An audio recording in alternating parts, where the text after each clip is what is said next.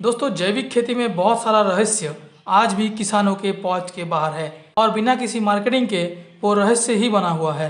किसान एक तरफ से सोच ही लिया है कि बिना किसी केमिकल के मदद से खेती संभव ही नहीं है, लेकिन जैविक पदार्थ का ज़्यादा से ज़्यादा इस्तेमाल और बहुत ज़रूरत में केमिकल का इस्तेमाल हमारा बिगड़ा हुआ खेती को सुधार सकता है। जैसे आधुनिक खेती में पेस्टिसाइड है, फंगिसाइड है, हर्बिसाइड है, उर्वरक खाद है, ठीक उसी तरीके से जैविक खेती में भी बहुत सारा ऑप्शन अवेलेबल है जो ज़्यादातर किसान अभी तक नहीं जानते। ऐसा बहुत सारा चीज़ है जो घर में कम खर्च में बनाया जाता है, जो किसान बाजार से हजारों खर्चा करके खरीदते हैं, जिससे उनका खेती तो हो जाता है लेकिन मुनाफा उतना नहीं मिल पाता है। दोस्तों, जैविक खेती पूरी तरीके से संभव करने के लिए समय के साथ साथ बहुत मेहनत भी चाहिए। इसीलिए किसान के लिए फ़ायदेमंद खेती वही है जिसमें किसान कम से कम लागत में ज़्यादा से ज़्यादा मुनाफा ले सके।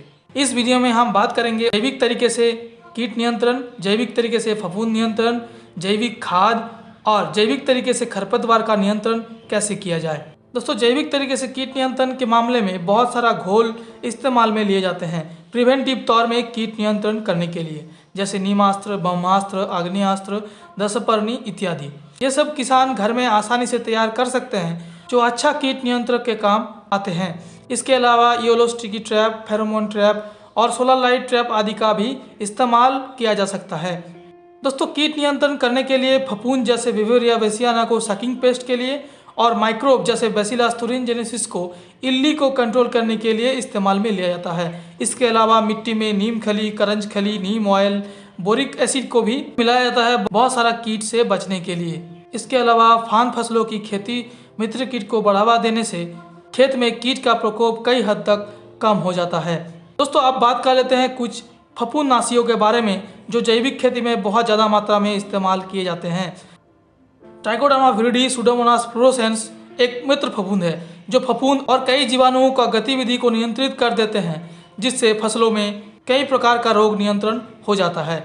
इसके अलावा विनीगर, सल्फर, कॉपर और सोडा को भी रोग नियंत्रण करने के लिए इस्तेमाल में लिया जाता है। प्राकृतिक खेती में किसान घर में सोंठास्त्र, महोस्त्र आदि को रोग नियंत्रण करने के लिए इस्तेमाल में लेते हैं। दोस्तों, आप बात कर लेते हैं जैविक खादों के बारे में। कई जमाने से हमारे पूर्वज जमीन में गोबर खाद का इस्तेमाल करते आ रहे हैं।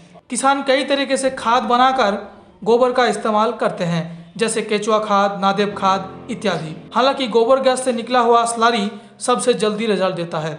इसके अलावा सरसों खली, मुआ खली, करंज खली, लकड़ी की राख, मॉस, शैवाल, पोल्ट्री खाद, बोन मील, फिश मील, ब्लड मील मिट्टी में अलग अलग पोषक तत्वों की पूर्ति करता है।